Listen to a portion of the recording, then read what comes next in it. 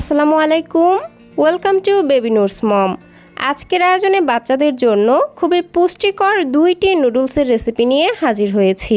এইভাবে নুডলস রান্না করে খাওয়ালে বাচ্চারা এখান থেকে সঠিক পুষ্টি পাবে, দ্রুত ওজন বাড়বে, উচ্চতা বাড়বে এবং কোষ্ঠকাঠিন্য দূর করতে সহায়তা করবে।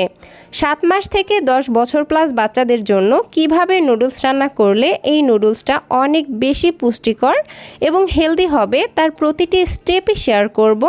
তাই ভিডিওটি একটু স্কিপ করা যাবে না, পুরো ভিডিওটি মনোযোগ সহকারে শেষ পর্যন্ত দেখবেন। তাহলে চলে যাচ্ছি মূল আয়োজনে। প্রথমেই শেয়ার করছি 7 মাস থেকে 10 মাস বয়সী বাচ্চাদের জন্য সঠিক উপায়ে এবং পুষ্টিকরভাবে নুডলস রান্নার রেসিপি। এজন্য আমি এখানে 1 প্যাকেট এগ নুডলস নিয়ে নিয়েছি।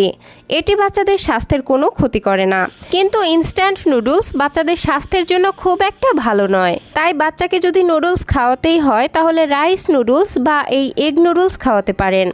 তো যাই হোক, আমি আমার বাচ্চার চাহিদা অনুযায়ী কিছুটা পরিমাণ নুডলস নিয়ে এইভাবে ছোট ছোট টুকরা করে ভেঙে নিয়েছি। যেহেতু ছোট বাচ্চারা খাবে, নুডলসগুলো বড় বড় থাকলে ওদের খেতে অসুবিধা হবে। এখন এটাকে একটা সাইডে রেখে দিচ্ছি।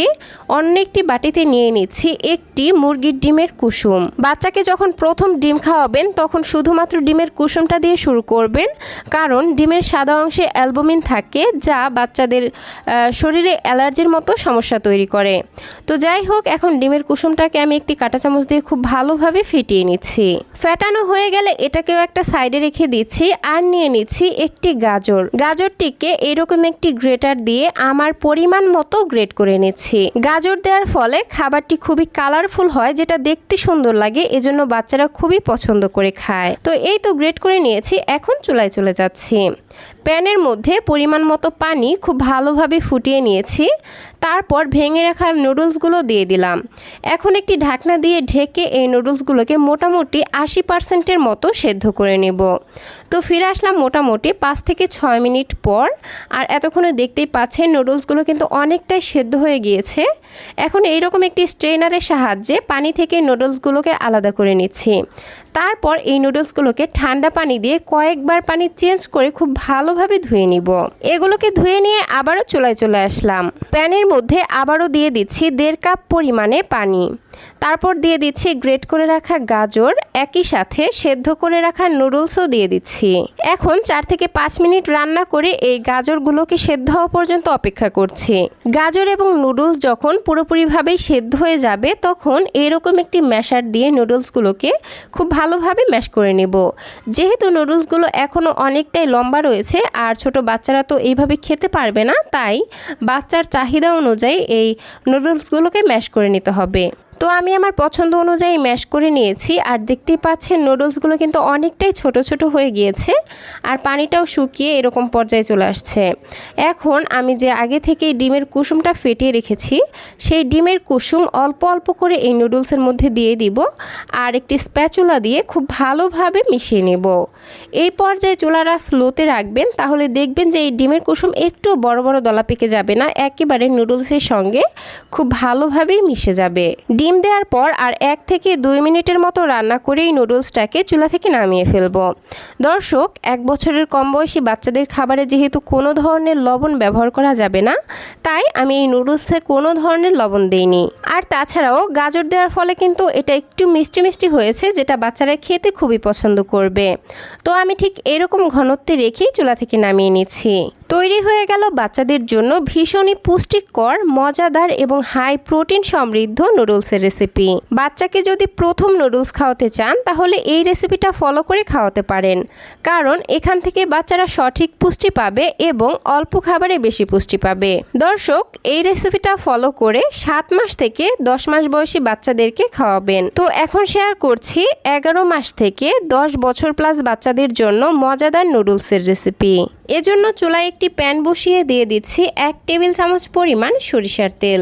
আপনারা চাইলে এখানে ঘি বা রান্নার রেগুলার তেলও ব্যবহার করতে পারেন। তো এদিকে তেলটা গরম হোক, অন্যদিকে আমি একটি বাটিতে একটি মুরগির ডিম ভেঙে নিচ্ছি। এখন এই ডিমটাকে একটি চামচের সাহায্যে খুব ভালোভাবে ফেটিয়ে নিচ্ছি। ফেটিয়ে নেওয়া হয়ে গেলে ডিমটাকে তেলের তেলের মধ্যে দিয়ে দিচ্ছি আর ঘন ঘন নেড়ে চেড়ে এই ডিমটাকে আমি ঝুড়ি ঝুড়ি করে ভেজে নেব। চুলার আঁচ একদম লোতে রাখবেন। এই ডিমটাকে কিন্তু শক্ত করে ভাজা যাবে না, তাহলে বাচ্চারা খেতে পারবে না। এই তো দেখতেই পাচ্ছেন আমি ঠিক এইভাবে হালকা করে ভেজে নিয়েছি। এই তো আমি ডিমটাকে হালকা করে ভেজে নিয়েছি। এখন এটাকে একটা বাটিতে তুলে রাখছি। একই প্যানের মধ্যে আবারও পরিমাণ মতো সরিষার তেল দিয়ে দিচ্ছি। তেল গরম হয়ে আসলে দিয়ে দিচ্ছি ছোট সাইজের একটি পেঁয়াজ কুচি। এখন এই পেঁয়াজগুলোকে হালকা ব্রাউন করে ভেজে নেব। পেঁয়াজগুলো ভাজা হয়ে যখন এরকম নরম হয়ে আসবে তখন এর মধ্যে দিয়ে দিব সবজি হিসেবে আমি নিয়েছি গাজর কুচি, আলু কুচি এবং বরবটি কুচি। আপনারা আপনাদের সুবিধা মতো অন্য যে কোনো সবজি নিতে পারেন। তো যাই হোক, এখন এই সবজিগুলোকে তেলের মধ্যে দিয়ে দিব আর হাতে একটু সময় নিয়ে 5 থেকে 6 মিনিট এই সবজিগুলোকে তেলের মধ্যে ভেজে নিব, যাতে এই সবজির কাঁচা গন্ধটা চলে যায়। কারণ সবজির কাঁচা গন্ধ থাকলে নুডলসটা খেতে ভালো লাগবে না আর বাচ্চারাও খেতে পছন্দ করবে না। তো আমি বেশ কিছুক্ষণ সবজিগুলোকে ভেজে নিয়েছি। এরপর এখানে দিয়ে দিচ্ছি সামান্য একটু লবণ আর সামান্য একটু হলুদের গুঁড়া। মশলা দিয়ে এই সবজিগুলোকে বেশিক্ষণ ভাজবো না, মোটামুটি 1 মিনিটের মতো ভেজে নিয়ে এর মধ্যে দিয়ে দিচ্ছি সবজিগুলো সেদ্ধ হওয়ার জন্য পরিমাণ মতো পানি। তো আমি এখানে মোটামুটি 2 কাপ পরিমাণ পানি দিয়ে নিয়েছি। এখন একটি ঢাকনা দিয়ে ঢেকে দিচ্ছি আর অপেক্ষা করছি সবজিগুলো খুব ভালোভাবে সেদ্ধ হওয়া পর্যন্ত। ফিরে আসলাম বেশ কিছুক্ষণ পর আর এতক্ষণে সবজিগুলো খুব ভালোভাবেই সেদ্ধ হয়ে গেছে। এখন এরকম একটি আলু ম্যাশার দিয়ে এই সবজিগুলোকে খুব ভালোভাবে ম্যাশ করে নিব। বাচ্চারা যদি চিবিয়ে খেতে পারে তাহলে এই পর্যায়ে আর সবজিগুলোকে ম্যাশ করার কোনো প্রয়োজন নেই। তো আমি সবজিগুলোকে ম্যাশ করে নিয়েছি। এখন আগে থেকেই সেদ্ধ করে রাখা নুডলস এর মধ্যে দিয়ে দিচ্ছি, একই সাথে ভেজে রাখা ডিমও দিয়ে দিচ্ছি। তারপর স্প্যাচুলা দিয়ে খুব ভালোভাবে নেড়েচেড়ে সব কিছু মিশিয়ে নিচ্ছি। এই পর্যায়ে নুডলসের টেস্ট বাড়ানোর জন্য দিয়ে দিচ্ছি 1/2 চা চামচ পরিমাণ ঘরে তৈরি নুডলসের মশলা। বাচ্চাদের জন্য ঘরে কিভাবে স্বাস্থ্যসম্মত উপায়ে নুডলসের মশলা তৈরি করবেন সেই রেসিপিটা চাইলে আমাকে ছোট্ট একটি কমেন্ট করে জানাবেন। আমি ইনশাআল্লাহ খুব তাড়াতাড়ি নুডলসের মশলার রেসিপিটা নিয়ে আসার চেষ্টা করব। তো যাই হোক, আমি বেশ কিছুক্ষণ নুডলসগুলোকে রান্না করে নিয়েছি আর নামানোর আগে আরও একটু ম্যাশ করে চুলা থেকে নামিয়ে নিচ্ছি। আমি নুডলসটাকে এরকম একটু পানি পানি অবস্থায় রাখছি, তবে বাচ্চা যদি ঝরঝরে খেতে পছন্দ করে তাহলে পানিটা পুরোপুরিভাবে শুকিয়ে চুলা থেকে নামিয়ে নেবেন। এই তো তৈরি হয়ে গেল বাচ্চাদের জন্য পুষ্টিতে পরিপূর্ণ এবং মজাদার একটি নুডলসের রেসিপি। দর্শক, নুডলসে যেহেতু শুধুমাত্র কার্বোহাইড্রেট ছাড়া অন্য কোনো পুষ্টি উপাদান থাকে না, তাই এই নুডলসটাকে এমনভাবে রান্না করতে হবে যেন এই একটি খাবার থেকেই বাচ্চারা আরও অনেকগুলো খাবারের পুষ্টি উপাদান একসঙ্গে পেয়ে যায়। তো ঠিক সেই রকমই একটি রেসিপি হচ্ছে এই নুডলসের রেসিপিটা। কারণ এখান থেকে বাচ্চা যদি অল্প পরিমাণেও নুডলস খায় তাহলে অধিক পরিমাণে পুষ্টি পেয়ে যাবে এবং দ্রুত ওজনও বৃদ্ধি পাবে। এইভাবে নুডলস রান্না করে বাচ্চাকে সকালের নাস্তায়, দুপুরে বা রাতের প্রধান খাবার হিসেবে খাওয়াতে পারেন। তো দর্শক, এই ছিল আমার আজকের আয়োজন। আশা করছি আমার আজকের ভিডিওটি আপনাদের কাছে ভালো লেগেছে। ভিডিওটি থেকে যদি সামান্যতম উপকৃত হয়ে থাকেন তাহলে প্লিজ নিচে থাকা লাইক বাটনে একটি লাইক দিয়ে দিবেন এবং বাচ্চাদের জন্য এরকম আরও নিত্য নতুন সহজ এবং পুষ্টিকর খাবারের রেসিপি পেতে প্লিজ আমার চ্যানেলটিকে সাবস্ক্রাইব করে পাশের ঘন্টাটি বাজিয়ে অলে সেট করে রাখবেন পরবর্তী ভিডিওর নোটিফিকেশন সবার আগে পাওয়ার জন্য। আজকের মতো বিদায় নিচ্ছি। সবাই ভালো থাকবেন, সুস্থ থাকবেন। আল্লাহ হাফেজ। আসসালামু আলাইকুম।